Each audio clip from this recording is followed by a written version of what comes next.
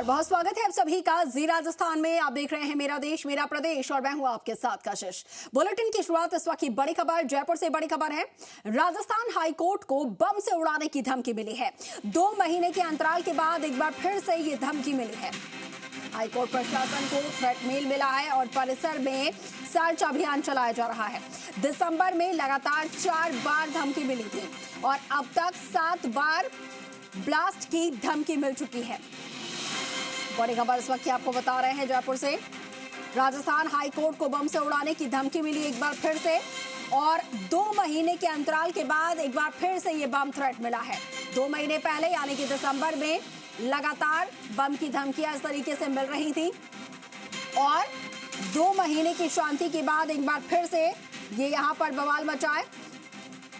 सहयोगी महेश पारेख हमारे साथ फोन पर है। महेश, लगातार धमकियां मिल रही थी, फिर कुछ समय के लिए रुक गई और एक बार फिर से ये बम थ्रेट मिला है। फिलहाल वहां पर किस तरीके से सर्च ऑपरेशन चलाया जा रहा है, कौन कौन सी एजेंसियां पहुंची हुई हैं? देखिए, आज 7वीं बार जो है जब हाईकोर्ट प्रशासन को ये मेल मिला है जिसमें बम की सूचना दी गई है, बम ब्लास्ट की धमकी दी गई है। दिसंबर महीने में लगातार 4 दिनों तक जो है ये मेल आए थे। उसके बाद 2 महीने की शांति रही और फिर आज से फिर से ये सिलसिला शुरू हो गया कह सकते हैं। सूचना मिलने पे जो हाईकोर्ट की चौकी के है इंचार्ज है, उन्होंने संबंधित एजेंसियों को सूचना दी है। फिलहाल न्यायिक कार्य रुक गया है और नोट भी आ गया है कि 11:30 बजे से जो है अदालतें पुनः सुनवाई करेंगी और फिलहाल जो है चप्पे चप्पे पर तलाशी ली जा रही है। फिलहाल किसी तरह का कोई संदिग्ध वस्तु नहीं मिली है। जी महेश, क्योंकि इससे पहले हर बार पैटर्न रहा है धमकी भरा मेल भेजने का, क्या इस बार भी मेल से ही ये धमकी दी गई है? देखिए, वही पैटर्न है जो पिछली बार जिस तरीके से मेल भेजे जा रहे थे वही पैटर्न है। उसी पैटर्न पे हाईकोर्ट प्रशासन को ये मेल मिला है और उसको लेकर हालांकि ये किसी शरारती तत्व की एक शरारत ही हो सकती है, लेकिन फिर भी जो है मामले को गंभीरता से लिया जा रहा है क्योंकि हाईकोर्ट में जो है अति आवश्यक मुकदमे पे सुनवाई भी होती है, काफी भीड़भाड़ भी होती है और जजेस की सुरक्षा का सवाल है। ऐसे में हर बार जो है इसको गंभीरता से लिया गया है और सर्च ऑपरेशन हर बार ही चलाया गया है। उसी तरह आज भी जो है सर्च ऑपरेशन चलाया गया है। सभी जो एडवोकेट्स हैं उन सबको फिलहाल मुख्य परिसर से बाहर कर दिया गया है और टीमें जो है वो सर्च अभियान चला रही है। बिल्कुल, अभी तक की सर्च ऑपरेशन में कुछ सामने आ पाया है महेश? और दूसरी तरफ जिस आईडी से मेल आया है उसको लेकर साइबर सेल कुछ नतीजा अभी तक निकाल पाई है या कुछ कहीं से कुछ सुराग मिल पाया? देखिए, साइबर सेल जो है के फिलहाल हाथ खाली है। पिछली जो 7 बार से जो मेल आए हैं उनको लेके कहीं भी अभी तक ये कोई बात सामने नहीं आई कि मेल कहाँ से किए जा रहे हैं, क्यों किए जा रहे हैं, किसकी ओर से किए जा रहे हैं। कभी किसी एक देश की बात बताई जाती है, कभी किसी दूसरे देश की बात बताई जाती है, लेकिन कोई भी पुख्ता ये अभी तक परिणाम नहीं आया कि किस व्यक्ति ने ये जो मेल किया है और कहाँ से मेल आए हैं। इसके अलावा फिलहाल हाईकोर्ट में ऐसी कोई संदिग्ध वस्तु नहीं मिली है, ये भी राहत की बात है और सर्च अभियान अभी जल्दी पूरा हो जाएगा। उसके बाद कोर्ट वापस रिज्यूम हो जाएगी मुकदमों की सुनवाई के लिए। बिल्कुल, अभी तक आधिकारिक कोई बयान अधिकारियों की तरफ से सामने आ पाया है? कब तक ये सर्च ऑपरेशन पूरा होगा? देखिए, कोर्ट की जो कॉज लिस्ट होती है उसमें जो डिस्प्ले बोर्ड है जिसमें केसों की सूचना रहती है कि कौन सा मुकदमा किस कोर्ट में कितने नंबर पे चल रहा है, उसमें एक नोट आ गया है जिसमें बताया गया है कि फिलहाल जो है 1 घंटे के लिए सुनवाई टाली गई है और 11:30 बजे से मामलों की दोबारा सुनवाई शुरू की जाएगी। तो ये प्रारंभिक रूप से 1 घंटे का जो है अंतराल दिया गया है। अगर सर्च अभियान पूरा नहीं होगा तो इसको आगे बढ़ाया जा सकता है और फिलहाल जो है 11:30 बजे तक की काम की सूचना है। बिल्कुल, लेकिन महेश, जिस तरीके से हम देख रहे हैं पिछले कुछ महीनों में बैक टू बैक न सिर्फ हाईकोर्ट को बल्कि और भी कई ऐसी संस्थाएं हैं जिन्हें धमकियां मिली हैं, इस तरीके से बम थ्रेट मिले हैं। क्या साइबर सेल जो है वो अब तक कोई भी मेल आईडी ट्रेस नहीं कर पाई है? देखिए, शुरुआती दौर में पहले कई नामचीन स्कूलों को ब्लास्ट की धमकी दी गई। ठीक है महेश, आप बने रहिएगा हमारे साथ। एक और बड़ी खबर इस वक्त सामने आ रही है, उस पर भी आपसे जानकारी लेंगे।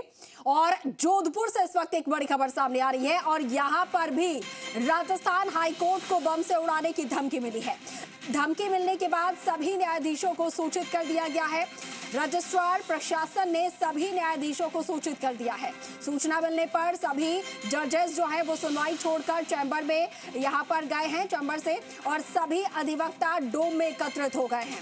तो देखिए, न सिर्फ जयपुर बल्कि जोधपुर में भी हाईकोर्ट को बम से उड़ाने की धमकी मिली है। महेश लगातार हमारे साथ बने हुए हैं और जोधपुर से राकेश भी हमारे साथ फोन लाइन पर बने हैं। राकेश का मैं पहले रुक कर लेती हूँ। राकेश, जोधपुर में भी राजस्थान हाईकोर्ट को बम से उड़ाने की धमकी मिली है, वहां से क्या कुछ अपडेट?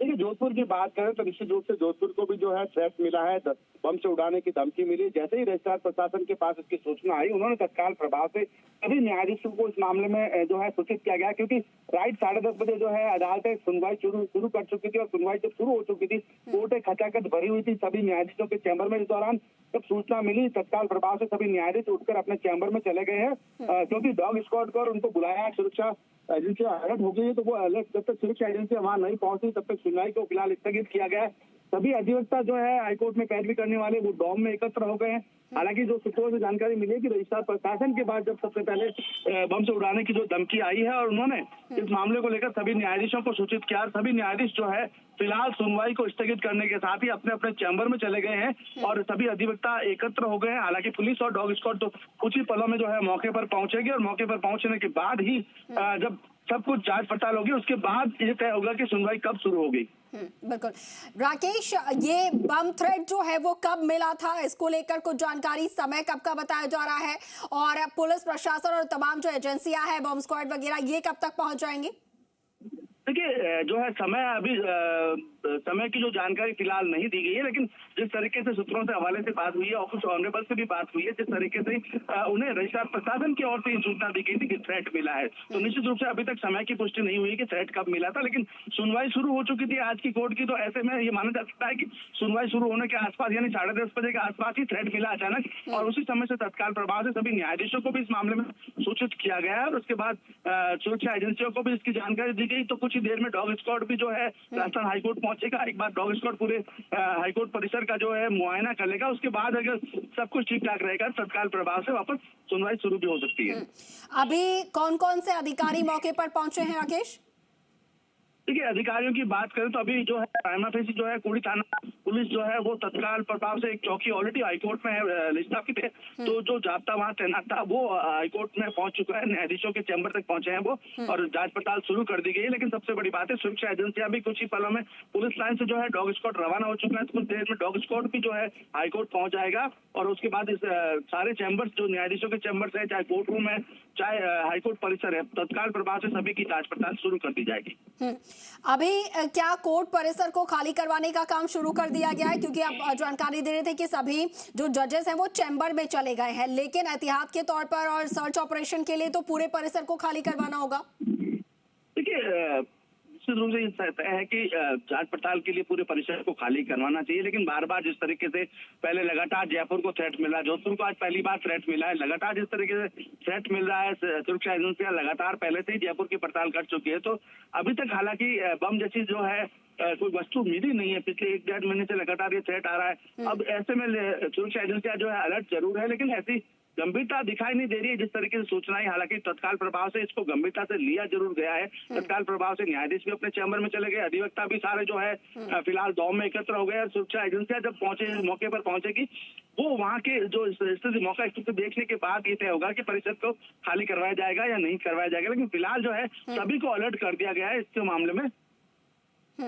बिल्कुल अलर्ट कर दिया गया है, लेकिन राकेश, इस तरीके के मामले में किसी भी तरीके से कोताही नहीं बरती जा सकती है।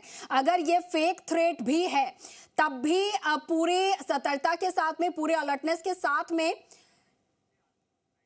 सर्च ऑपरेशन यहां पर होना चाहिए। ठीक है, दोनों सहयोगी आप हमारे साथ बने रहेगा, आपसे और भी हम जानकारी साझा करेंगे। लेकिन इस वक्त आशुतोष हमारे साथ लाइव जुड़ चुके हैं जयपुर हाईकोर्ट से, और सीधा उनका हम रुख कर लेते हैं और उनसे तस्वीरें भी हम जान लेते हैं। आशुतोष, आप किस तरीके की तस्वीरें इस वक्त देख पा रहे हैं?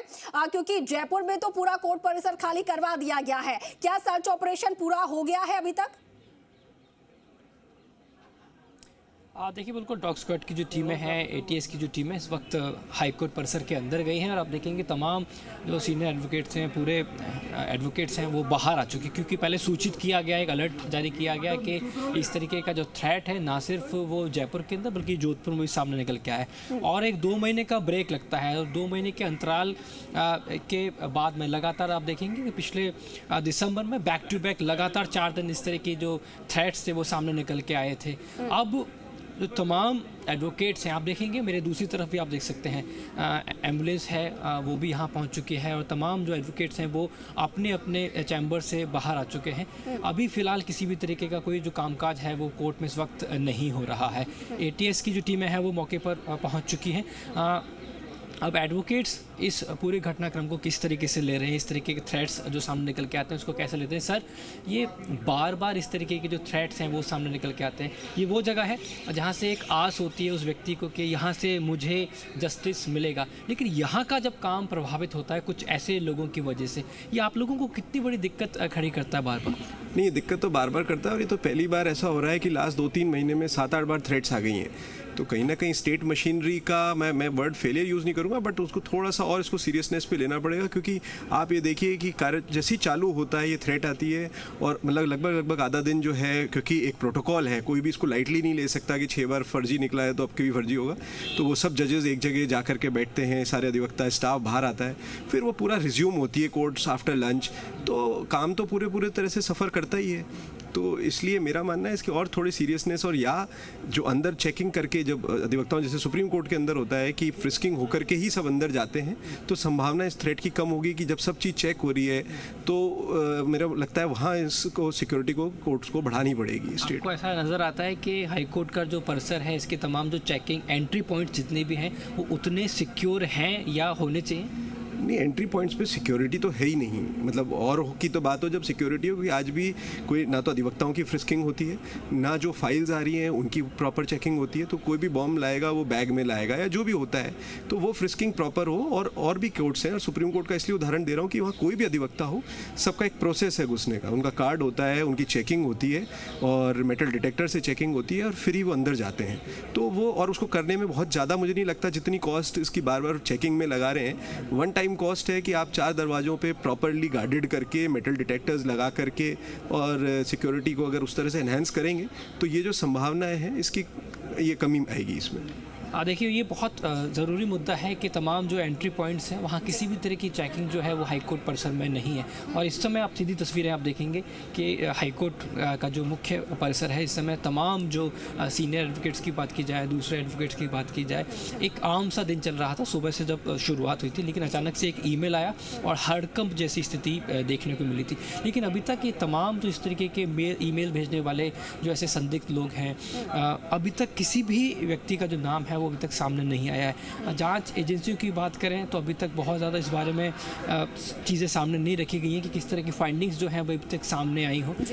मेरे पीछे आप देख सकते हैं कि एक तरीके से पूरा जो कामकाज है हाईकोर्ट का वो इस समय प्रभावित हो रहा है, लेकिन डॉग स्क्वाड की टीमें हैं और यहाँ तक कि बीडीएस की जो टीम होती है, बॉम्ब डिफ्यूज जो स्क्वाड होता है जी।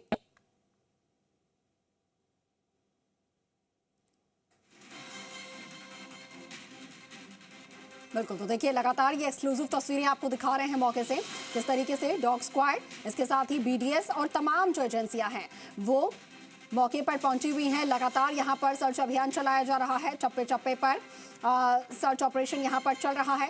पूरा परिसर जयपुर में खाली करवा दिया गया है। आशुतोष जो है वो लगातार तस्वीरें दिखा रहे हैं और साथ के साथ वो अधिवक्ता यहाँ पर जो है उनसे भी बातचीत करते हुए नजर आ रहे हैं।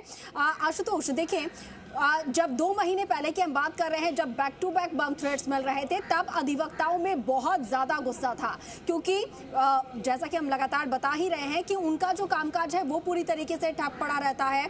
जो वहाँ पर लोग आते हैं वो सफ़र करते हैं। तो क्या इस 2 महीने के वक्त में एक भी आईडी ट्रेस नहीं कर पाई है साइबर सेल? कहीं से भी कोई सुराग नहीं लग पाया है? देखिए, ये अभी तक एक भी जो ऐसा कोई ईमेल आईडी है उसके बारे में अभी तक जानकारी नहीं आई है। उसका जो बहुत सीधा सा कारण समझ में आता है कि इस तरीके के जो तमाम ऐसे असामाजिक लोग होते हैं या ऐसा काम करने वाले जो लोग होते हैं, ये सॉफ्टवेयर की मदद से कहीं दूसरी जगह पे बैठ के ऑपरेट करते हैं उस ईमेल को और उसको भेजा जाता है।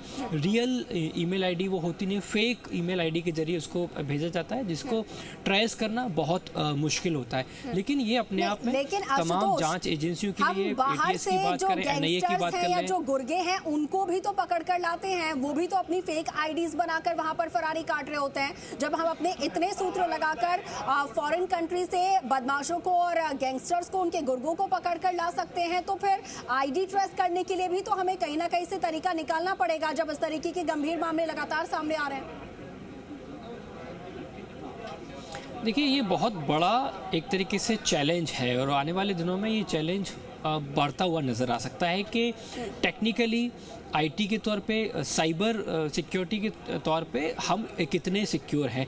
इस तरीके के जो चैलेंजेस हैं वो बड़ी बड़ी जांच एजेंसियों की बात करें, चाहे वो एनआईए की बात करें, एटीएस की बात करें, राजस्थान इंटेलिजेंस की बात करें या दूसरी स्टेट की इंटेलिजेंस की बात करें, ये बहुत बड़ा अपने आप में चैलेंज है कि कोई भी ऐसा असामाजिक तत्व इतनी बड़े यहाँ तक कि हाईकोर्ट परिसर को भी अब टारगेट किया जा रहा है। ये अपने आप में बड़ा चैलेंज है कि कोई भी एक ऐसा एक फेक ईमेल आता है, पूरी मशीनरी की एक बड़ी एक्सरसाइज हो जाती है। पुलिस की बात करें, सीआईडी इंटेलिजेंस की बात करें, आईबी की बात करें, इसके अलावा एटीएस की बात करें, बीडीएस की बात करें, और पूरा के पूरा जो सिस्टम है वो कोलैप्स होता हुआ नज़र आता है। तो ये बहुत ज़रूरी है कि टेक्निकली पुलिस की बात करें, साइबर सेल की बात करें या एनआईए की बात करें, एटीएस की बात करें, इतने मजबूत हों कि ऐसे लोगों को ना सिर्फ बेनकाब किया जा सके बल्कि ऐसे लोगों को सख्त से सख्त सजा भी मिले। लेकिन अभी तक ऐसे लोगों को सबक सिखाना बहुत ज्यादा जरूरी भी है, क्योंकि पूरा जुडिशरी जो सिस्टम है वो हिल जाता है,